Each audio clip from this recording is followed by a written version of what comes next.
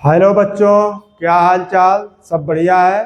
तो बच्चों, आप लोगों के सामने यह lecture number 7 work power energy by engineer VK sir का यह लेक्चर नंबर 7 है, जिस पे आपको वर्क एनर्जी थियरम पर आधारित कुछ और न्यूमेरिकल प्रॉब्लम इसमें सॉल्व किए जाएंगे। पीछे कुछ वर्क एनर्जी थ्योरम पे बच्चों न्यूमेरिकल सॉल्व कराए थे। वीडियो लंबी होने की वजह से अब फिर से जो है मैं आपको दूसरे तरह का कुछ न्यूमेरिकल सॉल्व करा रहा हूं। तो इसके लिए आप Vidyarthi classes by engineer VK sir आप उसको ज्वाइन करिए। और चलिए, ये देखिए आपके सामने एक सवाल है, क्वेश्चन है यहाँ पे। इसको हम लोग हल करते हैं वर्क एनर्जी थ्योरम के द्वारा। किसी नियत बल के अधीन गति कर रहे किसी कण के विस्थापन यक्स और समय t के बीच संबंध इस ग्राफ से दिया जा रहा है। t बराबर इक्वेशन से √x+3। x मीटर में है, t सेकंड में है बच्चों। 0 से 6 सेकंड के बीच कार्य की गणना करनी है। उसी चीज को इंग्लिश में रूपांतरित करो बच्चों, तो a body is reacted upon a force such that displacement x is reacted with time t। ठीक है, t बराबर √x+3। Find the work done by this force 0 to 6 second. ठीक, तो यहां पर अब देखिए फिर से कुछ इस प्रकार का जहां भी लफड़ा देता है बच्चों, तुरंत जान जाओ वर्क एनर्जी थ्योरम से ही वो क्वेश्चन लगेगा, उसी से परास्त होगा। तो इसलिए मंत्र पढ़ो और वह अस्त्र लगाओ जो इसको परास्त करेगा। ठीक है, तो सबसे पहले हम यहाँ पे निकाल लेते हैं, इसकी वेलोसिटी की जरूरत पड़ेगी क्योंकि v फाइनल v इनिशियल। तो पहले इसी को ठीक करते हैं। यहां से देखिए जरा, t बराबर क्या आ गया, √x+3 है बच्चों। तो इसको तो पहले स्क्वायर करो यार, t स्क्वायर, या ऐसे कर लो, ऐसे कर लो। देखो x बराबर क्या हो जाएगा, t, इसको 3 को इधर लाओ, t-3। तो √x हटाओगे तो इसका क्या करना पड़ेगा, स्क्वायर करना पड़ेगा। स्क्वायर कर लीजिए, तो x बराबर क्या हो जाएगा, t स्क्वायर और प्लस t स्क्वायर प्लस इसका 3 त्रिका 9 और प्लस 3 दूनी 6t, ऐसा हो जाएगा। -6t हो जाएगा, सॉरी। ठीक है, तो ऐसे आप कर देते हैं। अब यहाँ पर आप क्या करेंगे, इसका डिफरेंशिएट कर देंगे बच्चों। तो dx/dt, इसी को तो वेलोसिटी कहते हैं, बराबर t स्क्वायर का 2t और -6 केवल, क्योंकि 9 का तो कांस्टेंट पड़ गया, उसका कुछ होना ही नहीं है। अब यहां से बच्चों निकाल लेते हैं, t बराबर 0 सेकेंड पर, t बराबर 0 सेकेंड पर इसकी जो वेलोसिटी आएगी v इनिशियल, यहाँ 0 रखिए जरा, तो -6 मीटर प्रति सेकेंड। फिर t बराबर बच्चों कहाँ दिया है, 6 सेकेंड। देखिए 0 से 6 सेकेंड, तो 6 सेकेंड पर जब आप ले लेंगे तो v फाइनल आ जाएगा। v फाइनल कितना आ जाएगा, अब यहाँ पे रखिए, 6 दूनी 12, 6 दूनी 12 होता है ना जी, तो 12 में से 6 गया, 6 मीटर प्रति सेकेंड। अच्छा, यानी कि इसकी स्पीड बराबर हो गई। देखो स्पीड बराबर है वेलोसिटी चेंज है, स्पीड बराबर है वेलोसिटी चेंज है। अच्छा चलो ठीक है, तो v फाइनल v इनिशियल लग गया बच्चों। तो हम लोगों को क्या निकालना, वर्क डन निकालना फोर्स द्वारा। तो हमने पढ़ा है कि work done by all external forces is equal to delta K, यानी कि काइनेटिक एनर्जी में चेंजिंग। तो वर्क डन बच्चों हो गया 1/2 m v फाइनल का स्क्वायर -1/2 m v इनिशियल का, यही हो गया। अब जरा आप मान रखो, तो 1/2 हो गया। m की वैल्यू कितनी है, कई किलो की बॉडी है, नहीं दिया क्या? अच्छा नहीं दिया है, हाँ तो मत देने दो, क्या पड़ता है, रहने दो।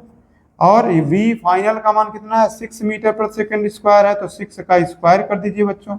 -1/2 m नहीं दिया, रहने दो। v इनिशियल कितना है, -6 का स्क्वायर। अब देखो ये 6 छक्के 36/2, यानी कि 18 m ये आ गया। अब माइनस ये भी 6 छक्के 36, 18 m आ गया बच्चों। तब तो वर्क डन 0 जूल आ गया, यानी कोई वर्क डन ही नहीं हुआ। और नहीं तो तुम नोट कर लिए, पहले ही जान गए, अरे भैया जब वेलोसिटी में तो चेंजिंग हुआ है, जब जब बच्चों ये नोट कर लीजिए, नोट यदि स्पीड चेंज नहीं हुई, यदि स्पीड चेंज नहीं हो रही है तो वर्क डन सदैव 0 होगा। यदि स्पीड नहीं चेंज हो रही है तो वर्क डन हमेशा क्या आ जाएगा, 0 आ जाएगा। ठीक है बच्चों, चलो दूसरा सवाल ले लेते हैं। इसको नोट किया, नोट कर लिया, चलो ठीक है, नोट कर लिया, हाँ पास करके नोट करो। अच्छा चलो दूसरा सवाल मैं यही ले लेता हूँ। मान लीजिए कि हमारे पास जो है कोई बॉडी है, 2 kg द्रव्यमान की कोई बॉडी है। अरे भाई बॉडी वो वाली बॉडी नहीं, छोटी कोई वस्तु है जी 2 किलोग्राम की। तो हमारे पास कोई बॉडी है जो 2 kg की है। ठीक है, मान लीजिए उस पर सम फोर्सेस लग रहे हैं, कुछ बल उस पर लग रहे हैं बच्चों, सम फोर्सेस लग रहे हैं। उसके कारण जो है, जो उसकी वेलोसिटी है वो जो है अल्फा अंडर रूट एक्स है। अल्फा अंडर रूट एक्स है बच्चों। अल्फा क्या है, कांस्टेंट है। अल्फा क्या है, कांस्टेंट है। अब आपको बताना है find work done by all forces. ठीक है, ये आपको निकालना है। कब निकालना है work done by all forces, कब निकालना है, एक्स बराबर 0 टू एक्स बराबर बी, एक्स बराबर 0 टू एक्स बराबर बी। अब मान लो ऐसा उल्टा पलटा सवाल आ गया, हाँ तो क्या करना है, तो बस बच्चों जहां पर भी फोर्स लग रहा हो तो तुरंत तुम वही फार्मूला अप्लाई करोगे। क्या, वर्क एनर्जी थ्योरम।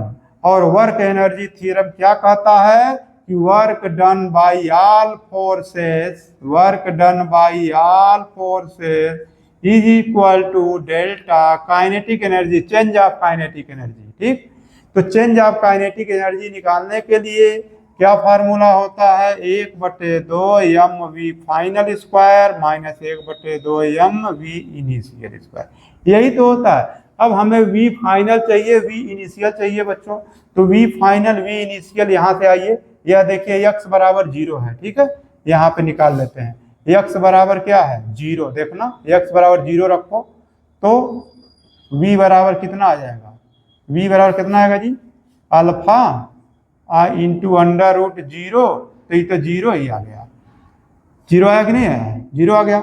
एक्स बराबर बी रखो, एक्स बराबर बी तो वी बराबर अल्फा अंडर रूट बी हो जाएगा, अल्फा अंडर रूट बी हो जाएगा ना। देखो एक्स बराबर बी तो बी बराबर अल्फा अंडर रूट बी। तो ये बच्चों ये इनिशियल वाली वेलोसिटी हो गई और ये आपकी फाइनल वेलोसिटी हो गई। तो बस मान रख दीजिए यहाँ पर 1/2 एम वी फाइनल की वैल्यू क्या है, अल्फा अंडर रूट बी है, तो अल्फा स्क्वायर हो जाएगा और बी हो जाएगा, मतलब वो भी कामयाब हो गया। 1/2 एम वी इनिशियल 0 है बच्चों, 0 का स्क्वायर कर देंगे तो 1/2 एम की वैल्यू 2 किलोग्राम है और ये तो अल्फा स्क्वायर बी ही रह गया और ये -0 हो गया। 2 से 2 देखिए बच्चों कट गया, अल्फा स्क्वायर बी जूल। तो जैसा भी सवाल दिया रहे आप इस प्रकार से उसका आंसर निकाल सकते हैं। चलिए नेक्स्ट क्वेश्चन हल करते हैं। अगला प्रश्न बच्चों बहुत ही शानदार है। देखिए इसमें क्या है कि यल लंबाई के एक धागे से बंधे यम द्रव्यमान को किसी स्थिर बिंदु से लटकाकर धीरे धीरे फोर्स एफ को बढ़ाते हुए थीटा एंगल तक ले जाया जाता है। बल एफ द्वारा वर्क डन ज्ञात करना है बच्चों। मतलब क्या है, मतलब ये है कि हमारे पास जो है किसी स्थिर बिंदु से, मान लेते हैं कोई स्थिर बिंदु है, यहाँ से टांग दीजिए आप इसको, किसको टांग दीजिए, ये यल लंबाई का कोई, यह यम द्रव्यमान टंग गया। ये लंबाई टोटल कितनी है बच्चों, यल है। पूरी लंबाई किधर लिख दें, मान लीजिए इधर यल है। ठीक है, पूरी लंबाई यल है भाई, कहीं मान लेते हैं, चलो यहाँ मान लीजिए पूरी लंबाई क्या है, यल है। और यम द्रव्यमान को आपने यहाँ पर टांग दिया है, यम द्रव्यमान को। अब क्या कर रहे हैं, धीरे धीरे इसे फोर्स को बढ़ा रहे हैं यहाँ पे, यानी कि यहाँ पर एक फोर्स लगा रहे हैं और इतना स्लोली लगा रहे हैं जिससे कि इसका स्पीड न चेंज हो, स्पीड न चेंज हो। और इसको करते हुए बच्चों थीटा एंगल तक ले गए, मान लीजिए यहाँ तक ले गए। ठीक है, यहाँ तक ले गए, थीटा एंगल तक आप ले गए ऐसे। अब आपको बताना है कि कितना वर्क डन हुआ। तो अब थीटा एंगल तब जब गए हैं तो आप पहले यह देखिए यहाँ कौन कौन से बल काम करेंगे। पहले बच्चों कौन कौन सा बल काम कर रहा है, ये एफ है फोर्स। तो यहाँ पे mg नीचे की ओर काम कर रहा है, mg नीचे की ओर काम करेगा, तनाव बल T ऊपर काम करेगा। इस पोजीशन में भी जाएंगे तो mg नीचे की ओर काम करता हुआ दिखेगा। तनाव बल, अब विस्थापन क्या हो रहा है, विस्थापन डिस्प्लेसमेंट इधर हो रहा है, डिस्प्लेसमेंट इधर हो रहा है, ऐसे हो रहा है। और इसमें तनाव बल कितना है बच्चों, तनाव बल इसमें मान लीजिए T है, तनाव बल T है और ये लेंथ जो है इसकी वही है।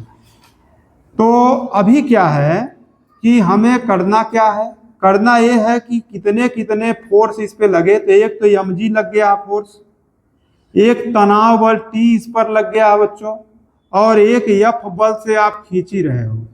तो कितने बल लग गए, एक F वाला बल, एक तनाव बल वाला और एक ग्रेविटेशनल फोर्स द्वारा। ये तीनों बल लगा रहे हैं तब जा करके ये यहाँ पे जो है कंडीशन इसकी पहुंची है। अच्छा, ये कितना ऊंचाई तय कर लेगा बच्चों, तो आपको पता है कि यहाँ से हम डायरेक्ट सीधे एक पॉइंट ऐसे जब लंब डालते हैं, इस पे लंब डालते हैं, ये भुजा L है बच्चों, तो इसका मान L cos थीटा होता है। तो यह भुजा कितनी हो जाएगी, यहाँ से यहाँ तक, मान लीजिए कि यह यहाँ से यहाँ तक जो है इसको हम मान लेते हैं h है, अभी काम आएगा, ऊंचाई h है। तो इसकी वैल्यू क्या आएगी, इसकी वैल्यू आ जाएगी L minus L cos theta. चूंकि इतने दूर की वैल्यू आपकी L cos थीटा हो गई, यहाँ से यहाँ तक, यहाँ से यहाँ तक L cos थीटा हो गई। तो यह इतना दूर कितना बचा है, अरे भाई यही h है, ये कितना बचेगा, L minus L cos theta, बहुत पढ़ चुके हो, यही इतना जो है ये बचा है, ये वाला L माइनस L cos, यही इसकी हाइट बनेगी। ठीक है बच्चों, तो चलिए अभी क्या करते हैं, अभी चूंकि धीरे धीरे आप ले गए, तो जब धीरे धीरे ले जा रहे हो तो स्पीडवा में चेंज नहीं हो रहा भाई। तो जब स्पीडवा चेंज नहीं हो रहा, तो आपने अभी पढ़ा था कि जब स्पीड नहीं चेंज होगा तो टोटल वर्क डन 0 हो जाएगा। जब स्पीड चेंज नहीं होगी तो टोटल वर्क डन बच्चों क्या हो जाएगा, 0। तो स्पीड चेंज नहीं हो रही है, स्पीड चेंज नहीं हो रही है, नहीं हो रही है। अतः W all forces is equal to जो डेल्टा K इंटू ई आप लिखते हैं ना, ये kinetic energy change of kinetic energy, ये आ गया 0 भैया, ये 0 आ गया, क्योंकि स्पीड ये नहीं चेंज हो गई तो 0 आ गया। तो ऑल फोर्सेस है कौन कौन जी, एक तो ग्रेविटेशनल फोर्स है mg, एक थे कौन है, एक तनाव वाला टेंशन फोर्स WT, एक ठोरा यह F है जो बल वाला फोर्स है F। ये सब मिल के 0 हो गए, 0 हो गए। अब जरा इन बलों को ज्ञात कर दीजिए कौन कितना है। तो कौन कितना है बच्चों, तो सबसे पहली बात ही कि WT देख लीजिए कितना हो जाएगा, T और S में कितना एंगल है, 90 अंश का यहाँ एंगल बन रहा है कि नहीं बन रहा है भाई, 90 अंश का कोण बन रहा है। तो यहाँ पर WT क्या आ जाएगा बच्चों, WT इज इक्वल टू 0 आ जाएगा, क्योंकि TS cos 90 अंश हो जाएगा, नहीं हो जाएगा, अरे T है S है cos 90 अंश हो जाएगा। तो WT का मान तो 0 आ गया। अब हम लोग निकाल लेते हैं कि WmG क्या आएगा बच्चों, WmG देख लो, ये है mgh, ग्रेविटेशनल फोर्स द्वारा किया गया वर्क डन WmG बराबर हो जाएगा mgh हो जाएगा, mgh। भाई चूंकि ये क्या है, ये कंजर्वेटिव फोर्स है, ग्रेविटेशनल फोर्स क्या है, कंजर्वेटिव फोर्स है। तो कंजर्वेटिव फोर्स में ये विशेषता होती है कि भैया चाहे एक रास्ते से जाइए चाहे अनेक रास्ते से जाइए, कौनों रास्ते पर जाइए लेकिन जाइए तो वर्क डन समान होता है, पढ़े थे ना, वर्क डन समान होता है। तो इसका मतलब इसका वर्क डन mgh होगा। लेकिन जो विस्थापन है बच्चों, ये देखिए mg नीचे लग रहा है और ये विस्थापन तो ऊपर है। अच्छा, तब इसको क्या कर दें, माइनस mgh हो जाएगा।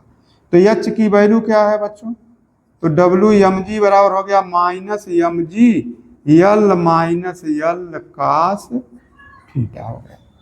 ठीक है, तो अब देखते हैं यहाँ पे वैल्यू रखिए सब, तो डब्ल्यू एम जी का मान यहाँ रख दिया minus m g l minus l cos theta plus W T zero plus W F कुल मिला के जीरो।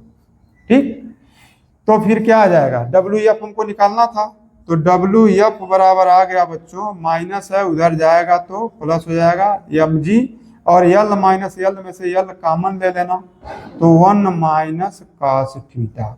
तो डब्ल्यू एफ बराबर आ गया एम जी यल 1 माइनस कॉस थीटा।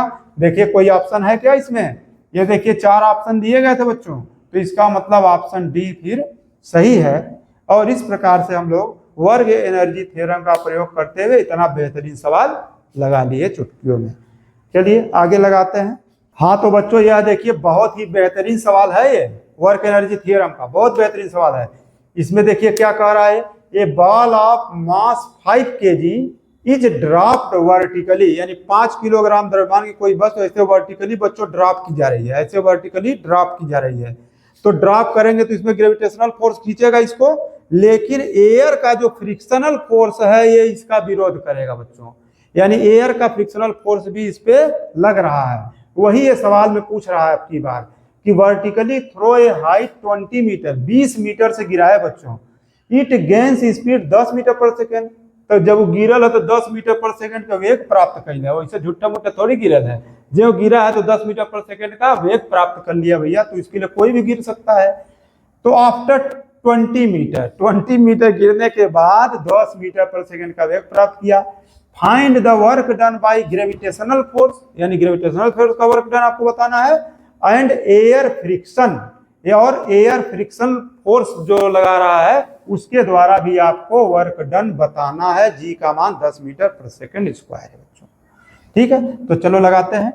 तो क्या स्थिति हो गई, स्थिति हो गई बच्चों कि अब मान लीजिए कि यहाँ पर है आपका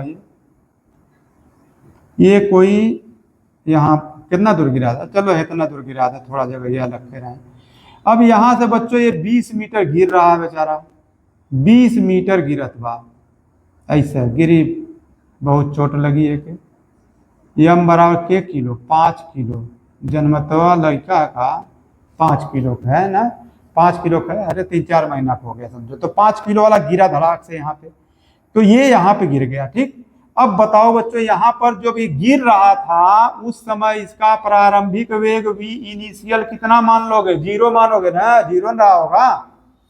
और जब गिर गया बेचारा तब जाके 20 मीटर गिरने के बाद इसको होश आया कि हो हम तो 10 मीटर प्रति सेकेंड का वेग प्राप्त कर लिए भाई, बड़ा भारी काम कर लिए, 10 मीटर पर सेकेंड का वेग प्राप्त कर लिया। अच्छा बच्चों, जब ये गिरा है वहां से एम जी, यानी ग्रेविटेशनल फोर्स ने खींचा, तो ग्रेविटेशनल फोर्स द्वारा वर्क डन पहले आप याद कर लीजिए कि ग्रेविटेशनल फोर्स ने कितना वर्क डन किया।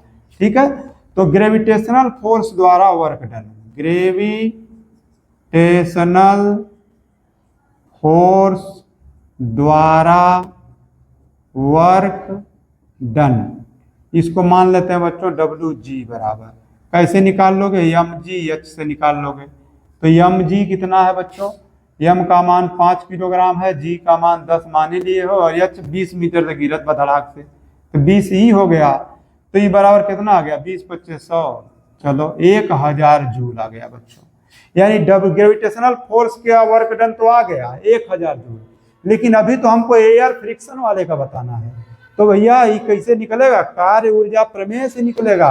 कार्य ऊर्जा प्रमेय क्या कहती है, कार्य ऊर्जा प्रमेय बड़ा अच्छा कहती है कि डब्ल्यू ऑल फोर्सेस, सभी बलों द्वारा वर्क डन जो होगा वो चेंज इन काइनेटिक एनर्जी के बराबर होगा।